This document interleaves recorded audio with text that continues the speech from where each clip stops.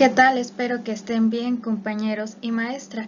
El tema que vamos a presentar nosotros se llama métodos de transferencia de ADN a una célula huésped. Antes de entrar de lleno a los distintos tipos de métodos de transferencia de ADN a una célula huésped que existen hoy en día, hay que comprender algunos conceptos, como por ejemplo el primer concepto sería ¿qué es la terapia génica?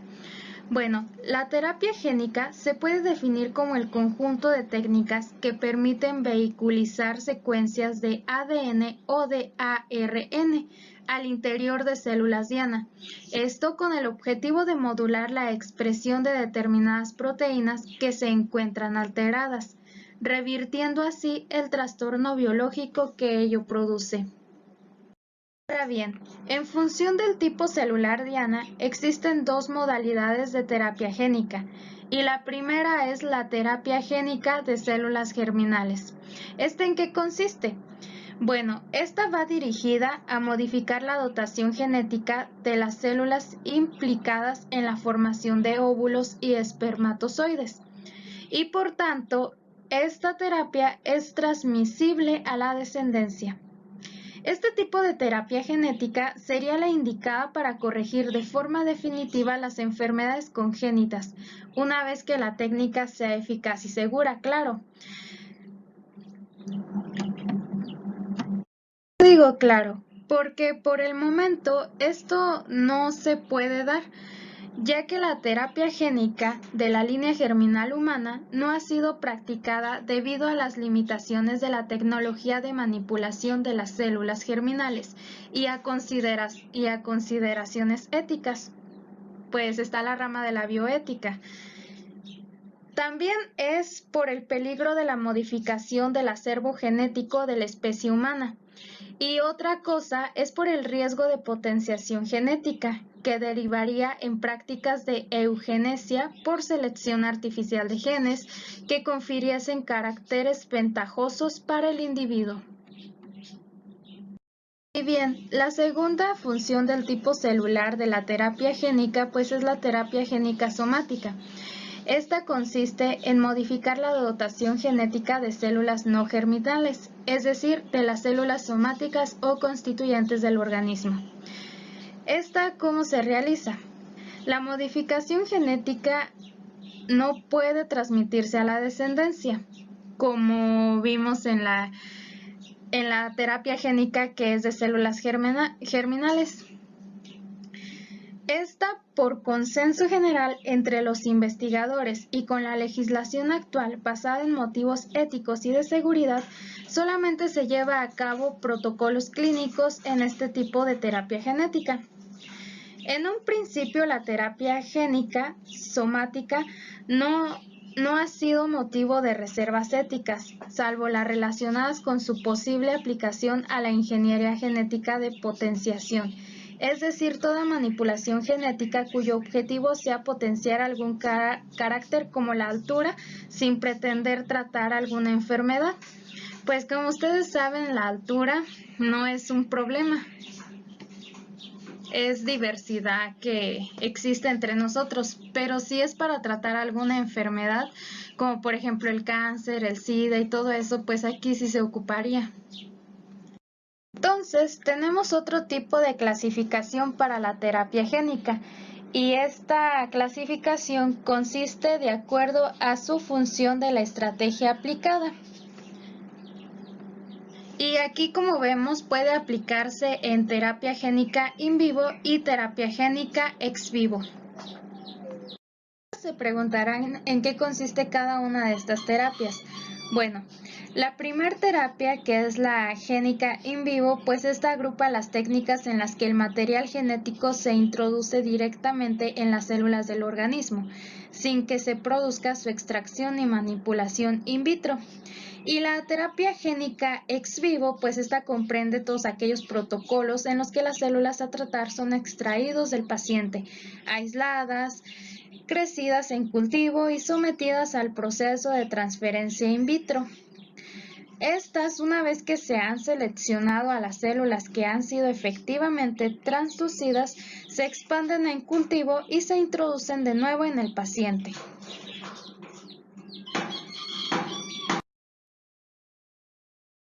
Ahora bien, pues ya entramos a lo que es la transferencia génica. Este es el segundo concepto y ustedes se preguntarán, ¿qué es la transferencia? Bueno, aquí la terapia génica requiere que se transfieran eficazmente los genes clonados a células enfermas, de manera que los genes introducidos sean expresados en cantidad adecuada. Tras la transferencia genética, los genes insertados se pueden llegar a integrar en los cromosomas de la célula o bien quedar como elementos genéticos extracromosómicos, también llamados episomas. Como ven, aquí podemos observar que la transferencia génica se divide en genes integrados en cromosomas y genes no integrados. ¿Cuáles son las diferencias? Bueno, los genes integrados en cromosomas tienen una gran ventaja y esta es que el gen se integra en el cromosoma y puede perpetuarse por replicación cromosómica tras la división celular. Y como las células de la progenie también contienen los genes introducidos, se puede obtener una expresión estable a largo plazo. Así, de esta manera, los tejidos formados por células en división activa, la clave es dirigir la modificación a las células madre, o sea, una población minoritaria de células precursoras indiferenciadas que dan lugar a las células diferenciadas maduras del tejido. Otra ventaja que tiene es que las células madre no solo dan lugar a las células madres del tejido, sino que al mismo tiempo se renuevan ellas mismas. Aquí lo que ocurre en consecuencia es que se trata de una población inmortal de células a partir de la cual deriva el resto de células del tejido. La transferencia eficiente de genes a las células madre y al posterior estable expresión del gen estable ofrece la posibilidad de curar un trastorno genético. Pero también tiene sus desventajas, como por ejemplo, la integración cromosómica tiene un inconveniente debido a que la inserción suele ocurrir casi al azar. La localización de los genes insertados puede variar enormemente entre células. En algunos casos, los genes insertados pueden no expresarse debido a su inserción en regiones muy condensadas. Y en algunas ocasiones, la integración puede provocar la muerte de la célula huésped.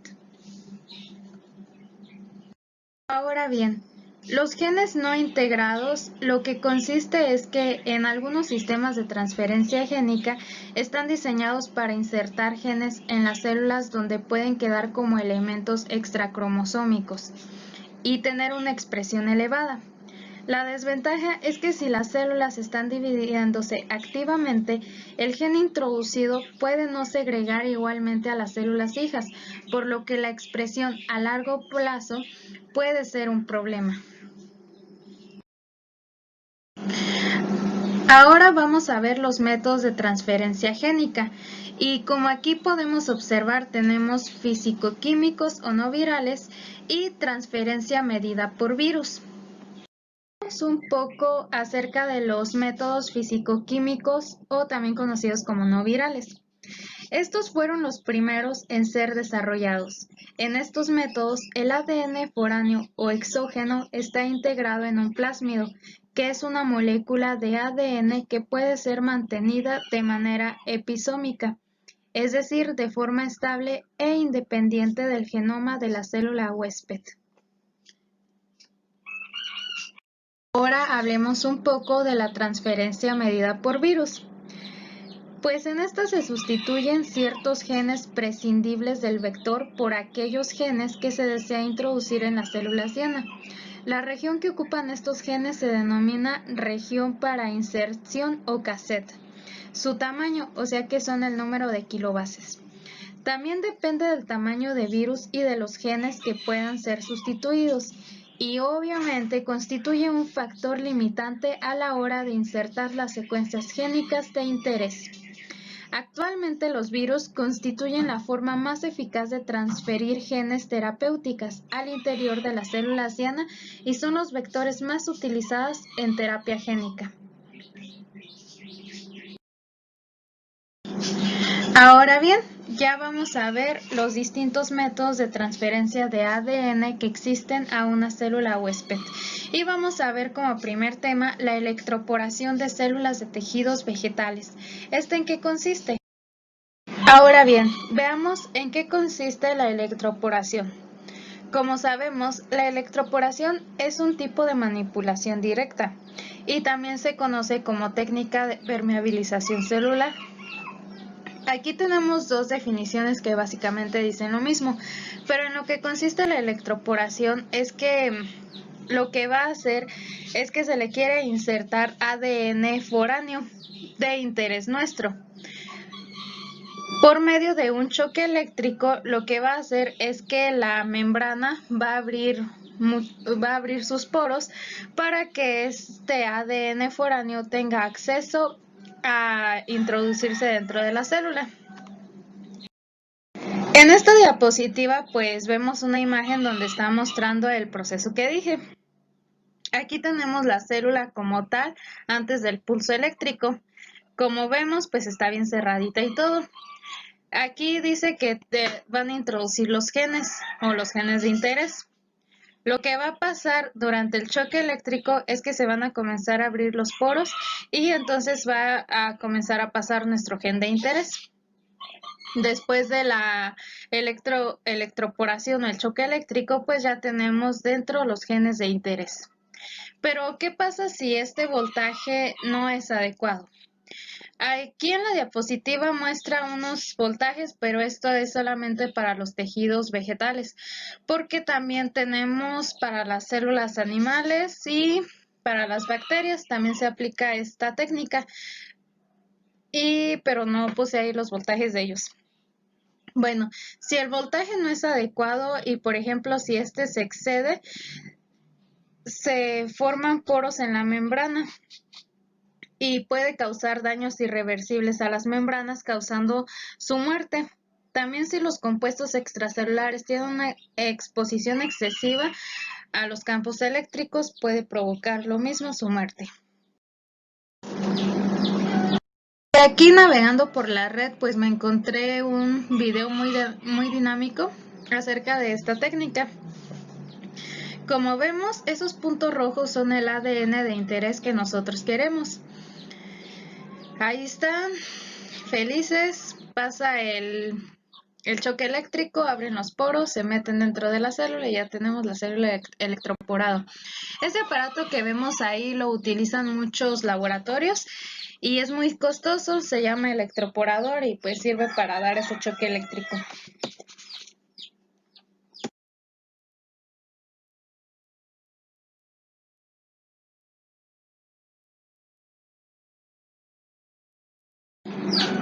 Aquí pues tenemos una imagen donde se está aplicando, aquí tenemos otro electroporador donde se le están aplicando fuerzas, distintos voltajes y pues sus resultados es a unos protoplastos de Pinus nigra ARN. Como ven, para los protoplastos se ocuparon muchísimos plásmidos, estos que son pues los vectores que van a ocupar para que se introduzca el gen de interés. Pero, ¿qué tanto me conviene utilizar este método? Bueno, el proceso de electroporación es aproximadamente 10 veces más efectivo que la transferencia medida por métodos químicos. También es un método muy eficiente y de fácil operación y relativamente simple. Bueno, a comparación de todos los demás métodos que vamos a ver, sí es muy simple. Este es el más utilizado. La principal limitación que tiene es que para la transformación de plantas necesita emplear muchos protoplastos, como vimos en la imagen anterior, que son células sin pared. Pero también habíamos visto plásmidos. Bueno, el empleo de protoplastos conlleva a la implementación de técnicas de cultivo engorrosas y esto es lo que hace la electroporación de un método sencillo, lo hace un poco más complicado. Y aquí pues tenemos nuevamente el video.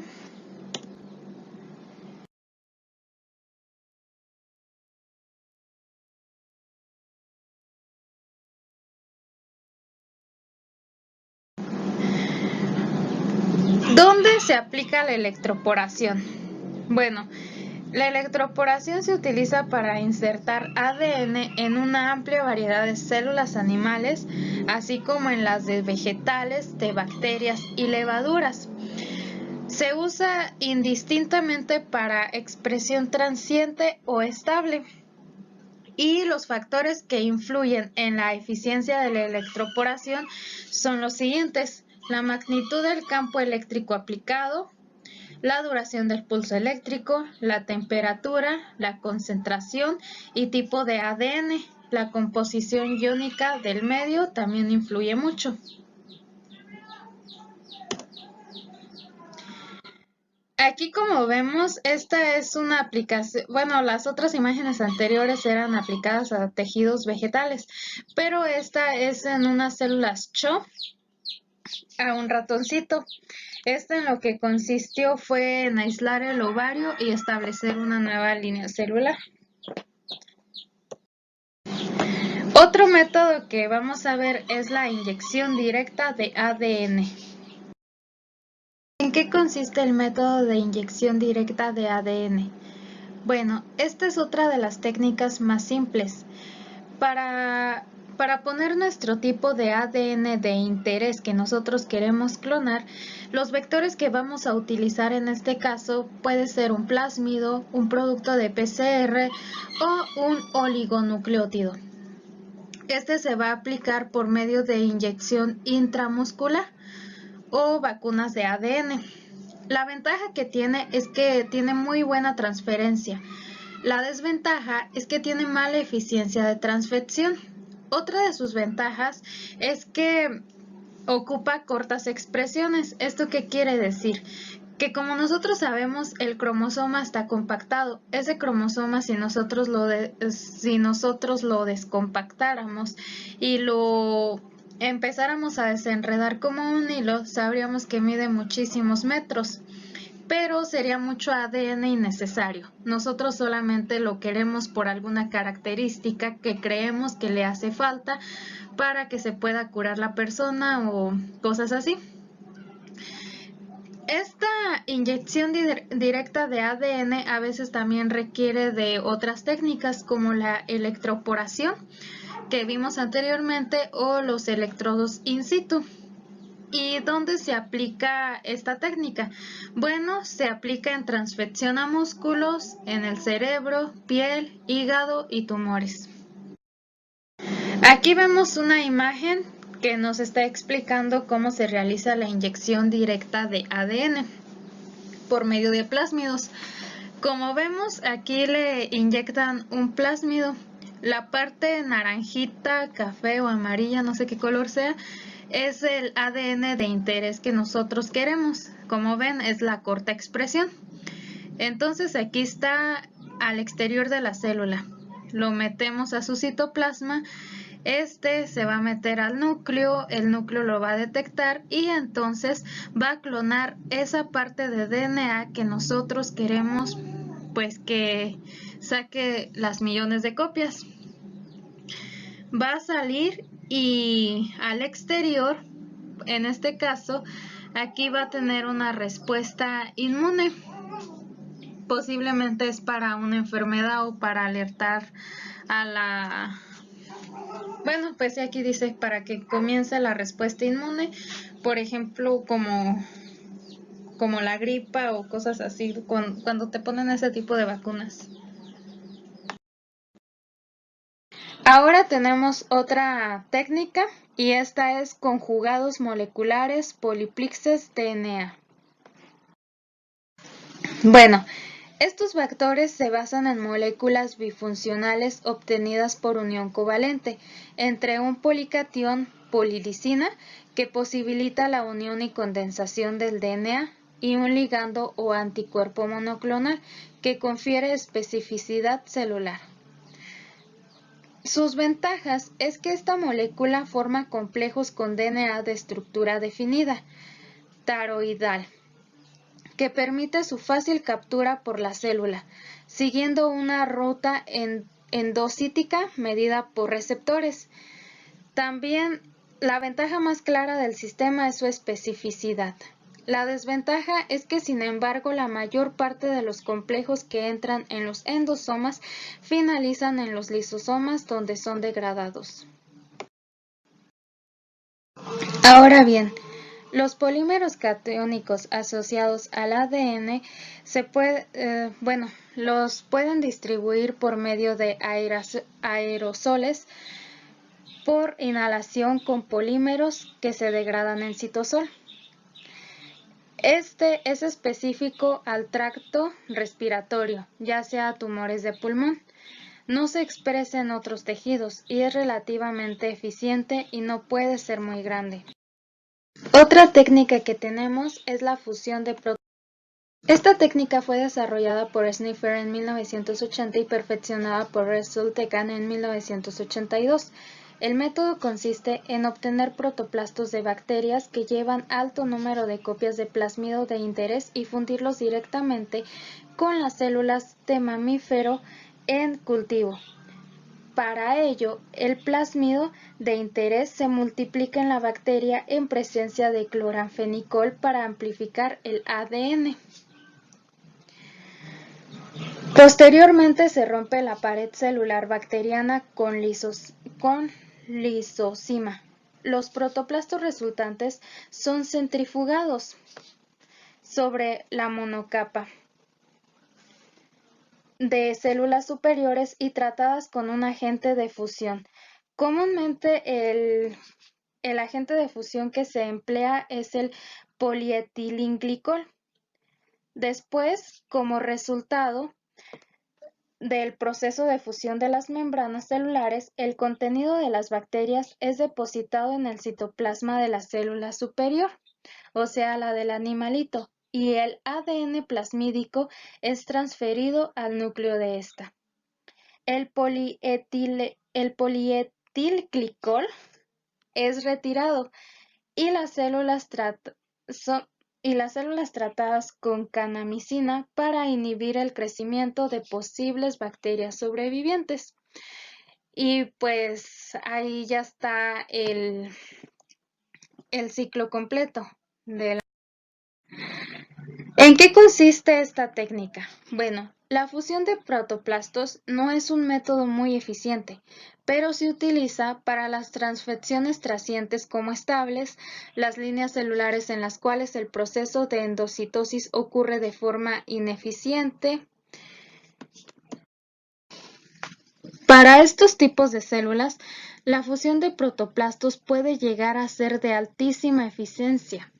¿Qué hizo Sniffer? Bueno, él reportó que hasta el 6% de las células transientemente expresando un gen, empleando para ella una proporción de 10.000 bacterias por célula de mamífero, mientras que Russell Tecan, quien modificó, el colaborador de esta técnica, obtuvieron el 100% de transfectantes transientes y 0.02% de transfectantes estables, empleando otro tipo de bacteria hospedadora y la misma proporción que Sniffer.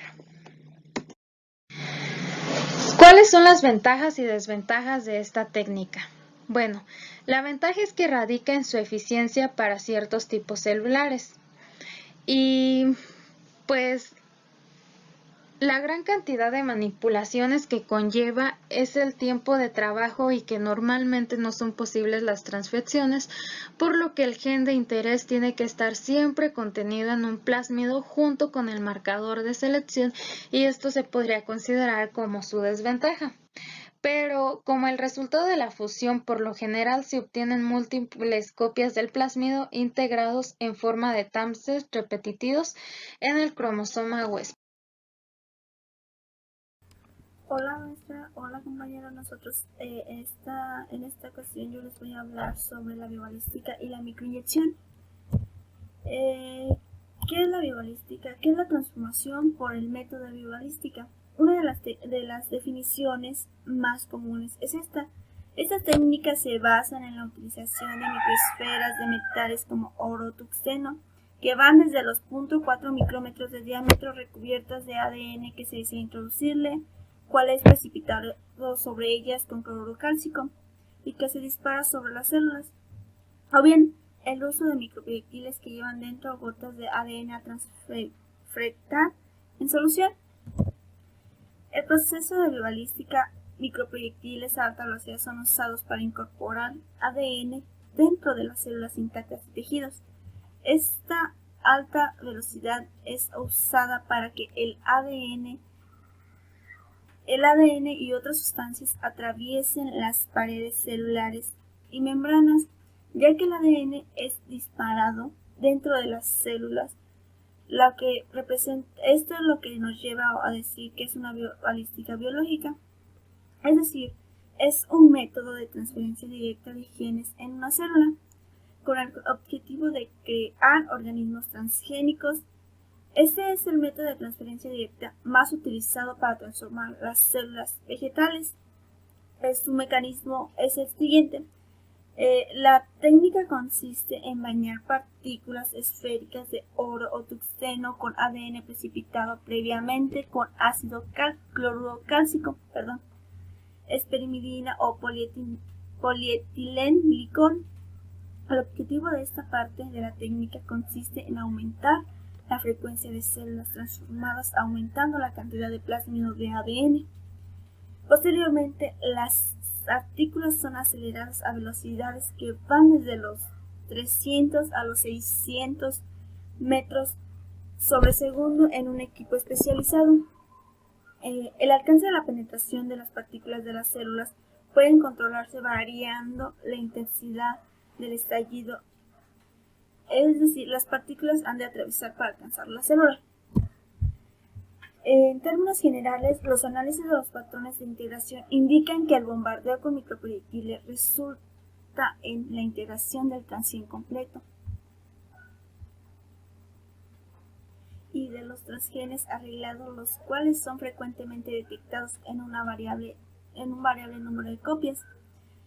Los arreglos incluyen deleción, ligación, concatenación y probablemente una recombinación. Aproximadamente 10.000 células son transformadas en cada bombardeo.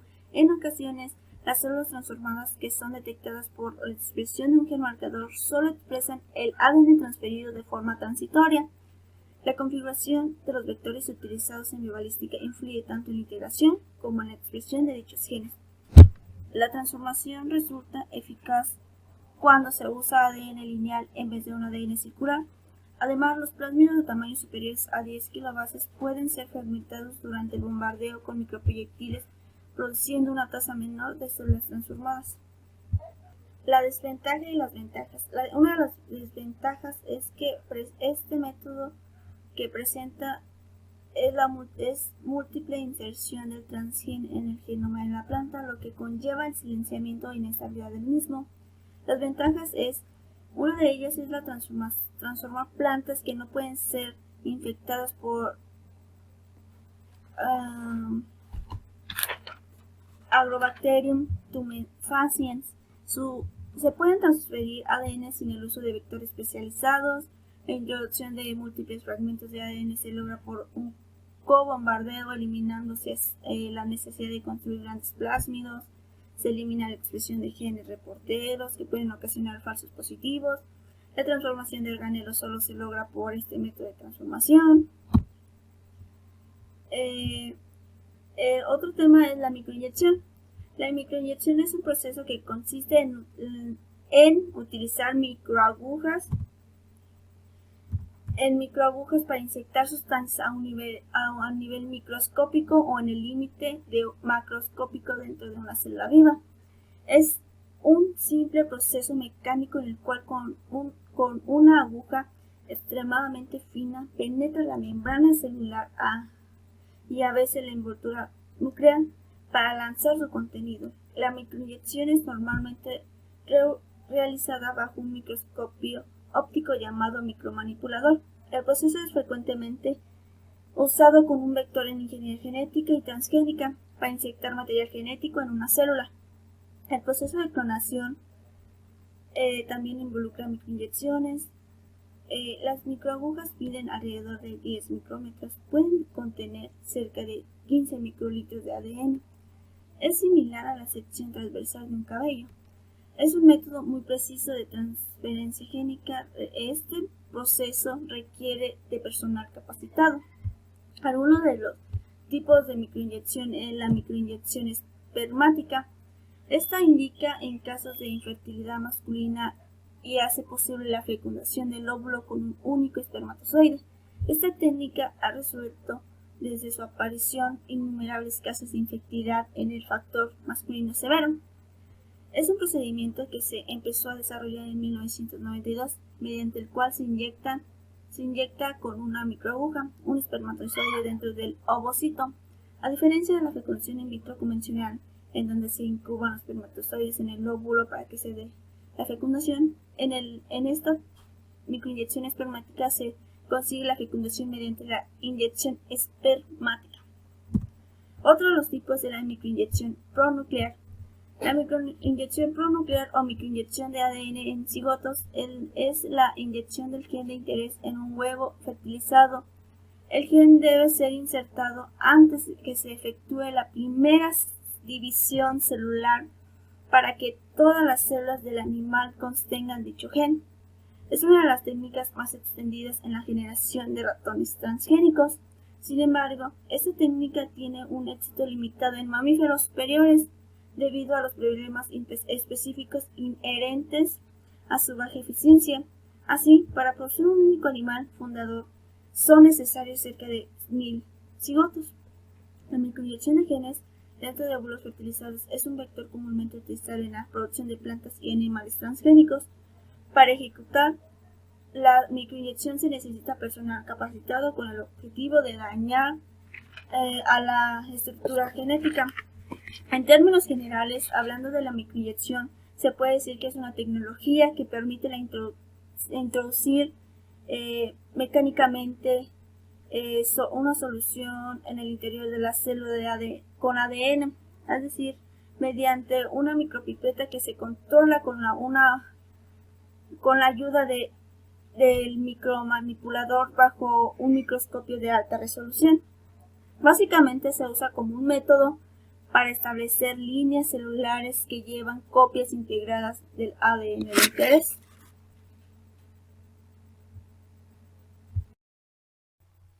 Buenas tardes.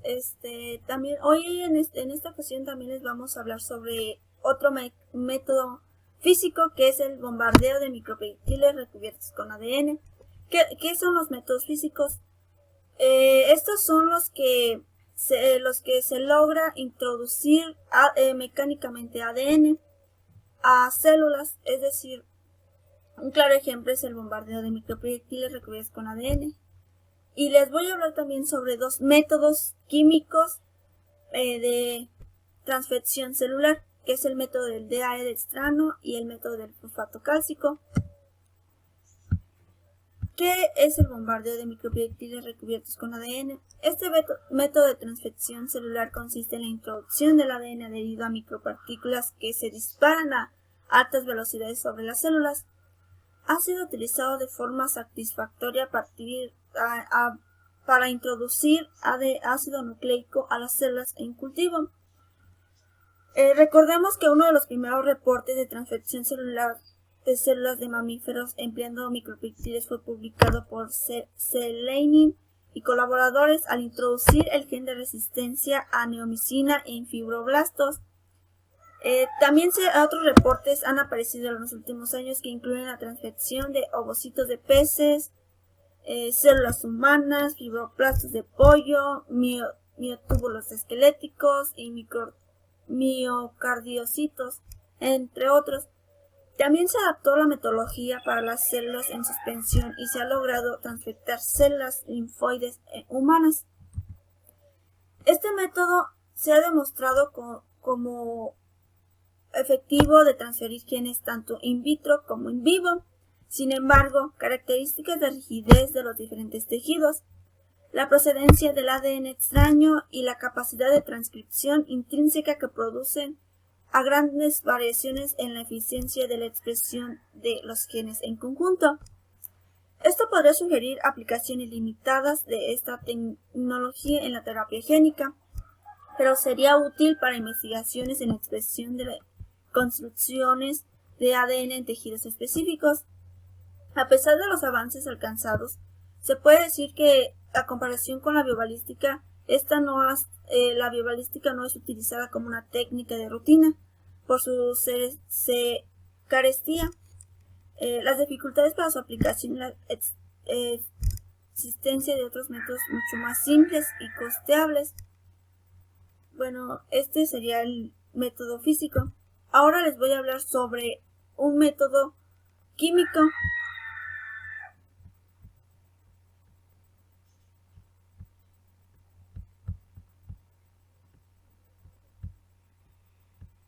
Bueno, recordemos que los métodos químicos de transfección celular son aquellos en los que se forman complejos para que las células sean capaces de aceptar o incorporar una cierta molécula a su citoplasma por medio del mecanismo de endocitosis. El método del DAE dextrano está basado en la obtención de complejos entre la resina y el DAE y el ADN. Los polímeros del DAE dextrano tienen una carga que les permite unirse a las cargas muy negativas de las moléculas del ADN.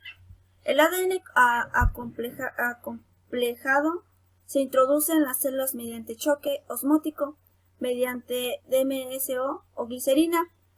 El dimetilsulfóxido, DMSO, es un líquido orgánico incoloro de fórmula química CH3COH3 que contiene sulfóxido, usado como disolvente orgánico industrial. Este es utilizado como criopreservante a partir desde 1961. Sirve también como creador de drogas o venenos. El dietilaminoetil dextrano, DAE dextrano, es un polímero catiónico derivado del dextrano y su carga positiva le permite unirse a los enlaces iónicos fosfodiéster del ADN. Estos complejos formados entre el ADN y el dextrano mantienen su carga positiva, lo que le permite unirse a la superficie de las células cargada negativamente y pasar al interior de la célula mediante endocitosis. Este método fue empleado originalmente para facilitar la entrada de ARN de poliovirus a células. Las ventajas de este método tiene una alta sencillez, reproducibilidad y bajo costo, además que se requiere de pocas cantidades de ADN. Entre sus desventajas se puede señalar el número limitado de líneas celulares en las cuales se pueden obtener resultados eficientes y su limitación a transfecciones transicientes de ADN en la célula huésped debido a la toxicidad del DAE. Este método ha sido utilizado en el estudio de la expresión de proteínas recombinantes y en la transfección de genomas virales y plásmidos. Puede ser inferido por la concentración del DAE dextrano, el tiempo de exposición, la concentración del ADN y el número y tipo de células. Otro de los métodos químicos de transfección celular es el método de fosfato cálcico. Este método está basado en la formación de un precipitado entre cloruro de calcio y ADN en una solución salina de fosfatos. Estos forman unos agregados que son endocitados, fagocitados por la célula. Aparentemente, el agregado con calcio protege el ADN de la degradación por las nucleasas celulares. Este procedimiento ha sido empleado por más de 20 años para la transferencia y expresión de información genética en células de mamíferos. Este método fue descrito por primera vez por la introducción de ADN de adenovirus en células de mamíferos por Grant y Van der Bander en 1973 y se ha convertido en una de las técnicas más populares en la transfección estable o transitoria de las células de mamíferos, siendo estudiada en detalles varios grupos en el mundo. Se basa en la obtención de un precipitado entre cloruro de calcio y ADN en una solución salina de fosfatos, como ya se dijo anteriormente, formando unos agregados que se fagocitan por las células. El tamaño y calidad del precipitado es crítico para el éxito del proceso, que se ve afectado por factores tales como pequeños cambios de pH en la solución, otros factores que intervienen en la eficiencia de la transfección de la cantidad de ADN en el precipitado, el tipo de célula a utilizar y el tiempo de exposición de las mismas al precipitado. Este método ha sido utilizado en el análisis de la replicación del ADN y la funcionalidad de los promotores en los experimentos transitorios y la utilización de líneas celulares estables transfectadas. Tiene como ventajas que permite introducir ADN en células eucariotas de forma estable y transitoria. Requiere de reactivos baratos y de uso frecuente de ellos mismos y un equipamiento tradicional para un laboratorio dedicado al trabajo con líneas celulares. Además de que puede ser aplicado a una cantidad relativa grande de células en placas de cultivos, sin embargo, está delimitado por la proporción variable y frecuentemente baja de células que toman el ADN exógeno. Bueno, pues sería todo de mi parte en esta ocasión.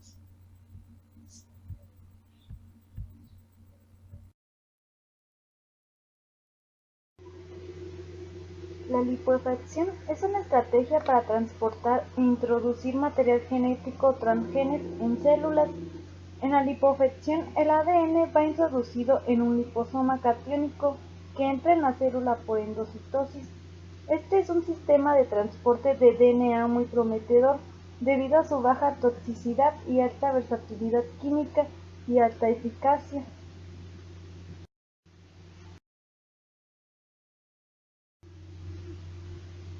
La lipoefacción utiliza lípidos para causar que la célula absorba el ADN exógeno. La transferencia de material genético hacia las células utiliza liposomas, los cuales son pequeñas vesículas fosfolipídicas que pueden funcionarse con la membrana celular, ya que ambas están hechas de una membrana de fosfolípidos. Ventaja de los lípidos: entrega de ácidos nucleicos con alta eficiencia, fácil de usar y pasos mínimos requeridos. Utilizar un lípido de alta actividad reducirá el costo del lípido y del ácido nucleico y logrará resultados efectivos. En las desventajas no aplica para todos los tipos celulares. El fosfato de calcio. Este protocolo involucra el mezclado del ADN con cloruro de calcio, añadiendo este de una manera controlada a una solución reguladora salina fosfato y permite a la mezcla incubarse a una temperatura ambiente. Este paso genera precipitado que es dispersado a la célula en cultivo. El precipitado es absorbido por las células vía endocitosis o fagocitosis.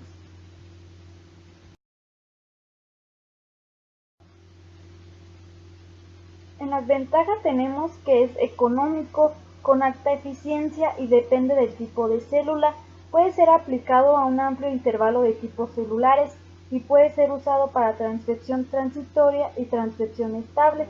En las desventajas tenemos la consistencia en el reactivo es crítica para la reproducibilidad y tiene pequeños cambios en el pH que pueden comprometer la eficiencia de transformación. Tamaño y calidad de precipitado son cruciales y no se puede usar en el medio rPMI debido a la alta concentración de fosfato en el medio.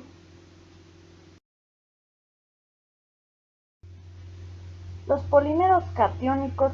Estos, a diferencia de los lípidos catiónicos, no contienen una porción hidrofóbica y son completamente solubles en agua. Estos tienen la habilidad de condensar más eficientemente el ADN que los lípidos catiónicos. El dietilaminoetildextrano es un derivado policatiónico del polímero de carbohidratos dextrano y es uno de los polímeros y reactivos químicos utilizados para transferir ácidos nucleicos a células de mamífero cultivadas. La molécula catiónica del dextrano se asocia estrechamente en la columna vertebral cargada negativamente del ácido nucleico y la carga positiva neta del complejo resultante del ácido nucleico, el dextrano, le permite adherirse a la membrana celular y entrar en el citoplasma a través de la enidocitosis.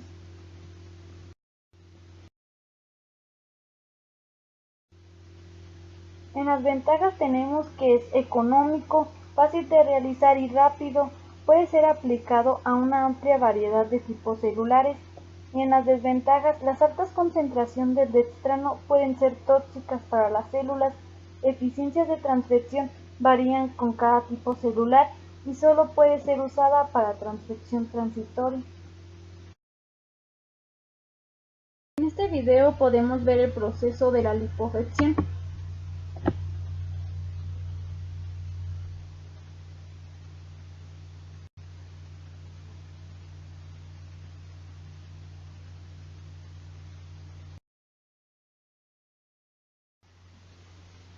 Transfección. La transfección es un procedimiento que introduce ácidos nucleicos hacia las células. La transfección sirve para estudiar la función de los genes o productos de los genes y producir proteínas recombinantes en células de mamífero.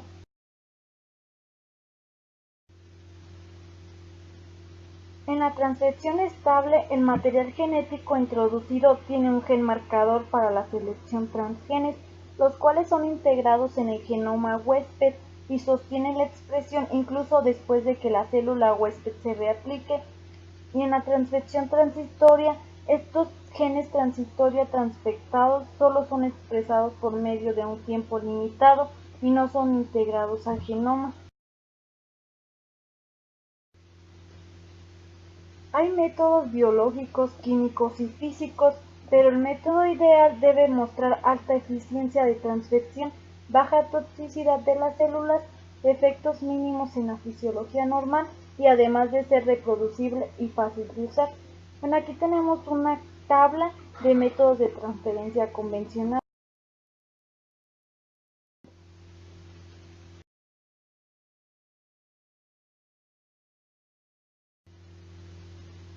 Métodos biológicos. El método más utilizado es la transfección medida por virus. Es altamente eficiente y es fácil de lograr una expresión sostenible de la expresión in vivo de transgenes debido a la naturaleza viral de la integración en el genoma huésped.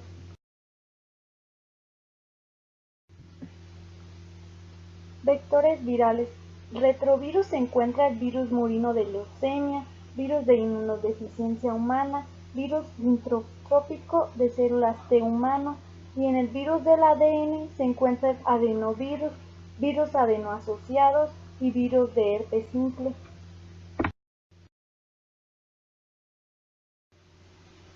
Los retrovirus son una clase de virus que pueden crear copias de ADN de doble cadena a partir de sus genomas de ARN.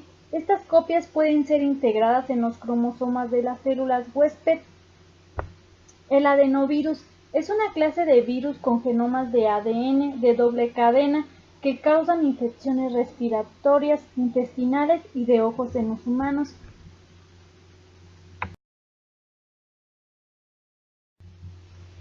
El virus adenoasociado es una clase de virus pequeño de una sola cadena de ADN que puede insertar su material genético a un sitio específico en el cromosoma 19. El virus de herpes simple, es una clase de virus de doble cadena de ADN que infecta un tipo de células, en particular las neuronas.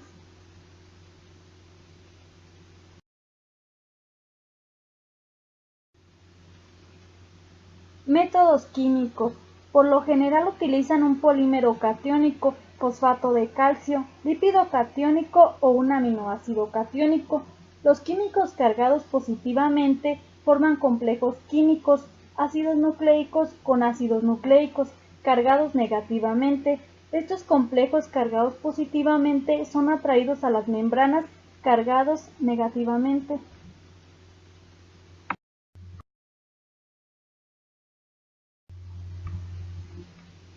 Eficiencia de los métodos de transfección químicos. Estos dependen de la proporción de ácidos nucleicos químicos, pH de solución y condiciones de las membranas celulares. La desventaja es la eficiencia de transfección baja comparadas con los métodos de virus, y en las ventajas tenemos que tienen baja citotoxicidad, sin mutagénesis, no hay acarreo de ADN extra y sin limitaciones de tamaño de ácidos nucleicos.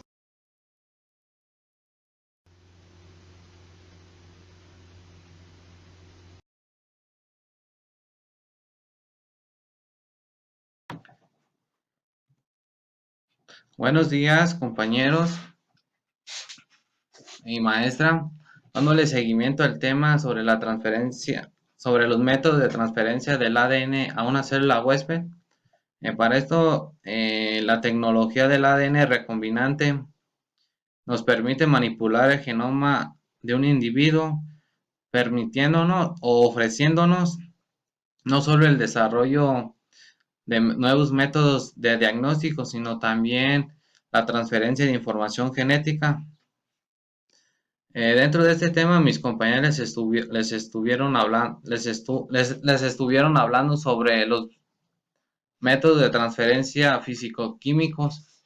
Yo les estaré hablando sobre vectores virales de transferencia génica. Para esto debemos que saber qué es un vector. Un vector es un sistema que utilizamos como ayuda en el proceso de transferencia de un gen exógeno al interior de una célula.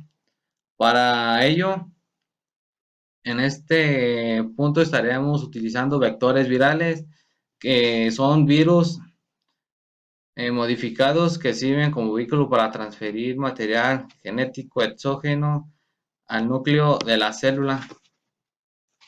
Los vectores virales son el medio más eficiente para transferir genes, permiten modificar específicamente a una célula o a un tejido para inducir la expresión de genes terapéuticos. Actualmente se investigan diferentes virus que proporcionan la expresión permanente o temporal del transgene. Estos virus incluyen los virus recombinantes, los adenovirus, los virus adenoasociados, los retrovirus y los virus de herpes simples. Una elección del vector depende del uso y la eficiencia de la expresión del transgene.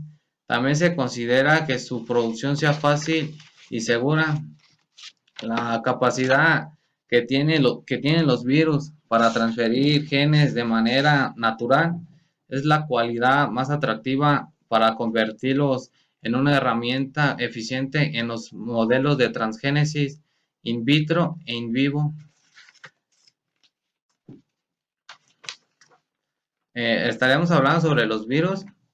En este caso, los virus recombinantes, que son estructuras capaces de transferir material genético a una célula diana.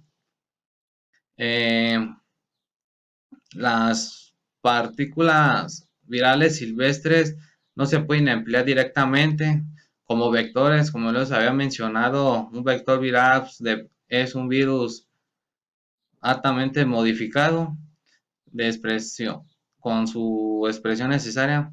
Es necesario convertirlos en virus deficientes en su replicación dentro de la célula diana, ya que de esta forma el vector viral solo se podría multiplicar en las células de empaquetamiento. El uso de la tecnología del ADN recombinante junto al conocimiento del genoma viral ha permitido generar varias viriones, han permitido generar viriones con capacidades de infectar y transferir su material genético, pero incapaces de replicarse bajo condiciones específicas. En estos virus recombinantes son una herramienta más eficiente de la transgénesis, que permite expresar proteínas en células humanas y como consecuencia se pueden obtener proteínas recombinantes como un procesamiento post-traduccional adecuado. Como podemos observar en la imagen, en el punto 1 nos dice la anémona expresa, como sus siglas lo dicen, GFP, que es proteína verde fluorescente encontrada en el material genético de la medusa, el cual este gen será clonado con un virus y ese virus es transferido a mioblastos. Estos mioblastos son células que dan lugar a las células musculares y una vez infectadas estas células, este gen es introducido dentro de ellas y este gen es expresada dentro de estas células y son observadas a través de luz ultravioleta para que pueda verse la proteína verde fluorescente. A continuación, dentro de estos virus se encuentran los adenovirus, que pertenecen al género Mostadenovirus, que se han modificado un total de 55 serotipos humanos causantes de infección del tracto respiratorio y gastrointestinal.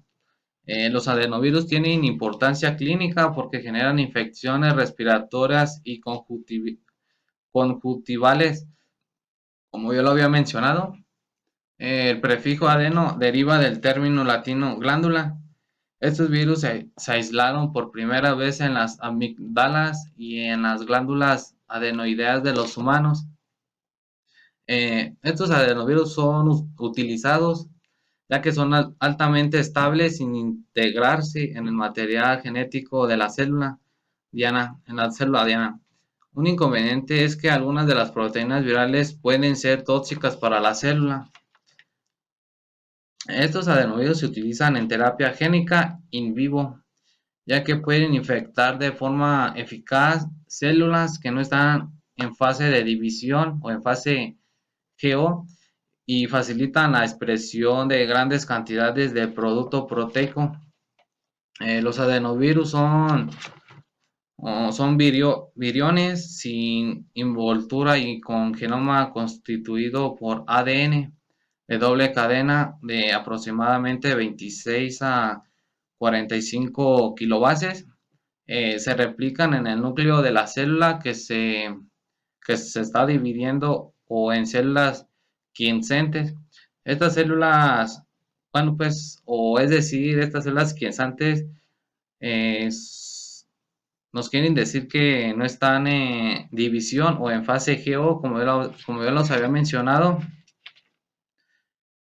ya que pueden infectarse en forma eficaz, pero que no están en fase de división o en fase latente. Estos adenovirus poseen 4 unidades transcripcionales en su genoma, llamadas E1, E2, E3 y E4, que tienen funciones reguladoras, ya que el gen 1 es esencialmente para el ensamblaje de las partículas virales. El gen 3 codifica para la proteína involucrada en la invasión del sistema inmune del hospedero. Para esto se obtienen o son estudiados, ya que en la primera generación, como nos dice, de adenovirus, que se utilizaron como vectores para terapia génica, les eliminaron la región E1, porque así producen un virus deficiente de replicación y así también se elimina su potencial o congenicidas. La región E3 no son esenciales para la replicación viral. Esto nos ayuda a eliminar, si esta región es eliminada, aumenta la efectividad del vector. O también una segunda y tercera generación de estos adenovirus han eliminado otras regiones como la E2 o la E4, los cuales nos permite reducir su toxicidad en los modelos animales, como ya les había mencionado, algunas proteínas de estos virus pueden ser tóxicos dentro de la célula y matarlas.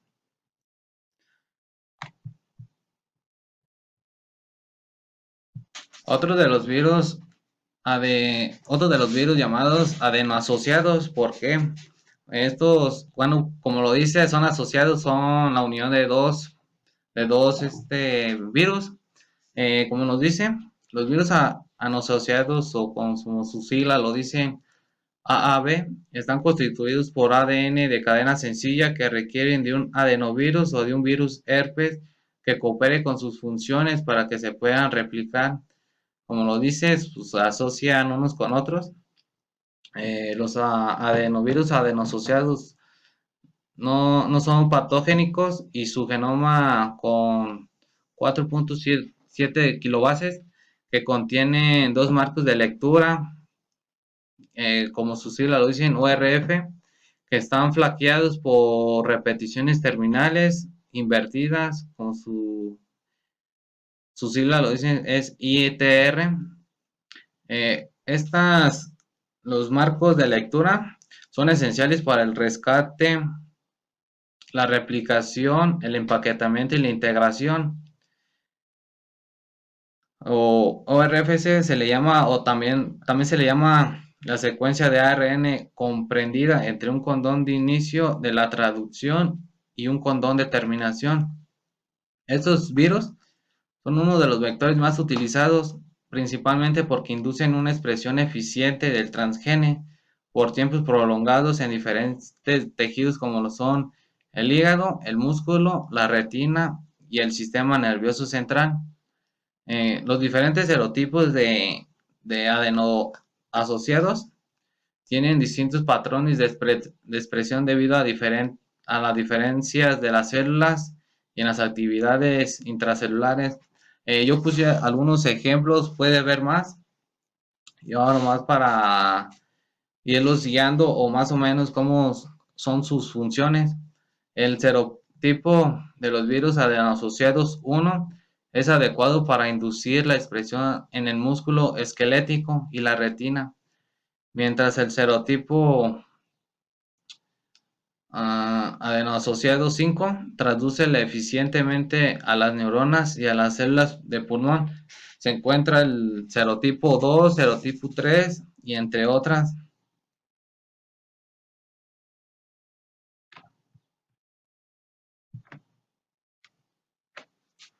Otros de los virus son los retrovirus. Los retrovirus son los vectores más útiles para la mayoría de los experimentos de terapia génica, que son capaces de infectar una amplia gama de tipos de células. Cuando los retrovirus infectan a una célula, el material genético se retranscribe de ARN al ADN de doble cadena. Este ADN puede integrarse de forma precisa y sencilla, como simple, o como le dije, sencilla, en el genoma de la célula huésped. Una de las grandes ventajas del empleo del retrovirus es la estabilidad funcional y estructural de las formas integradas del vector. Como se muestra en la figura, es la similitud del retrovirus, que es forma circulada, en donde se puede observar sus proteínas y su envoltura, así como su ARN viral.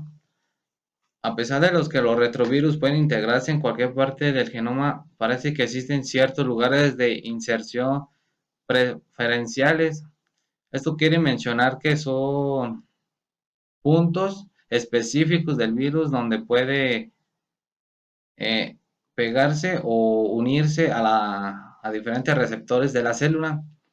Los retrovirus que se han utilizado como vectores para la transfección de genes derivan de modificaciones del virus murino de la leucemia Moloney y del virus del sarcoma de Rose o del virus de la inmunodeficiencia humana, que su sigla es el HIV. Otro de los virus es el virus vacina. Pues este es bien conocido por su papel como vacuna de erradiación de la enfermedad de la viruela. Este es un virus grande, complejo o con envoltura perteneciente a la familia Posviridae. Tiene un genoma ADN bicatenario lineal de aproximadamente de 120 kilobases de longitud y que codifica para aproximadamente 250 genes. La dimensión del virión son de alrededor de 360 por 270 por 250 nanómetros. Eh, es esta familia Posviridae son únicos entre los virus con ADN por reproducirse únicamente en el citoplasma de la célula huésped fuera del núcleo. Por lo tanto, precisan de un gran genoma para codificación de diversas enzimas y proteínas implicadas en la replicación del ADN.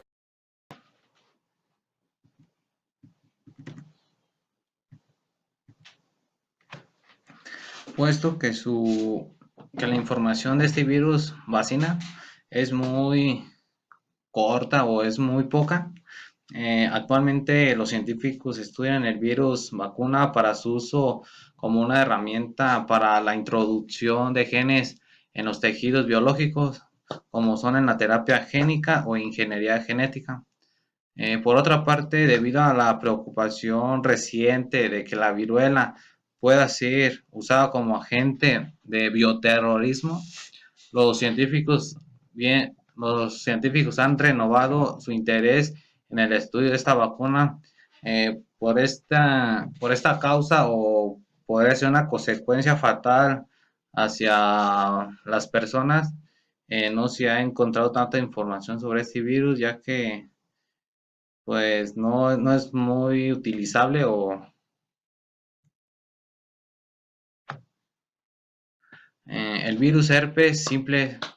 Pues como sabemos, este virus es encontrado o es diagnosticado o puede ser observado a simple vista, ya que este herpes simple, bueno, este virus se, se encuentra entre los genitales o también en el labio, que padece de verrugas.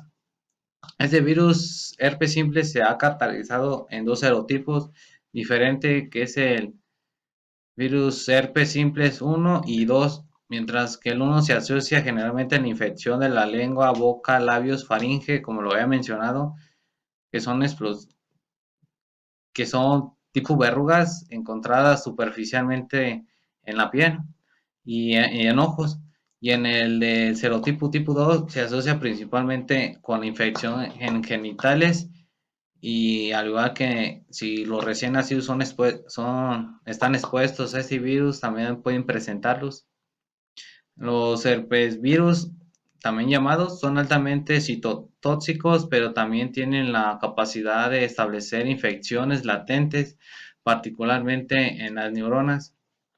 La capacidad del ADN genómico extraño es grande y el genoma se manipula fácilmente.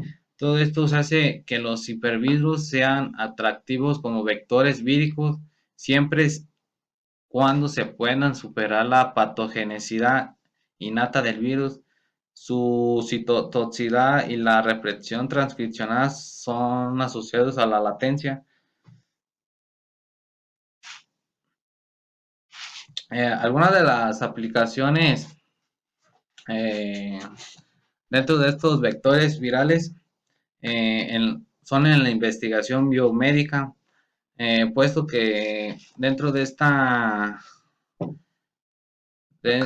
este campo, una de las estrategias es la generación de modelos experimentales hechos a la medida, ya sea por la sustitución o la inactivación de genes. También es usada para la producción de proteínas recombinantes, como ya lo había mencionado, que que son los principales éxitos dentro de la biotecnología, así como la agroalimentaria y entre otros. En este apartado se observa una campa de desventajas y desventajas, de ventajas y desventajas de los tipos ya mencionados, ya más resumidos. Como podemos ver, los vectores no envueltos son como los adenovirus y los virus anoasociados, y los envueltos son los retrovirus, lentivirus y el herpes simplex. Como material genético, en los adenovirus tenemos un ADN de doble cadena, al igual que los adenovirus, en los virus adenoasociados se encuentra un ADN cadena sencilla con menos de 5 kilobases, mientras que en los adenovirus son de 8 kilobases. En el adenovirus es amplio, y en el adenoasociado son amplios, excepto para las células hematopoyéticas. El tipo de vector son episomales. Ventajas: en los adenovirus son extremadamente eficientes, y en los adenoasociados son extremadamente eficientes en la mayoría de los tejidos. Y algunas de las ventajas son generación de inflamación en donde sea administrada o en los tejidos que sean infectados por este vector. En los vectores, o también llamados envueltos, como son los retrovirus, su material genético son de ARN, al igual que el lentivirus, y el herpes es un ADN de doble cadena. Su capacidad de transgene en los retrovirus son de 8 kilobases, en los lentivirus por igual, y en el herpes simple es de 40 kilobases.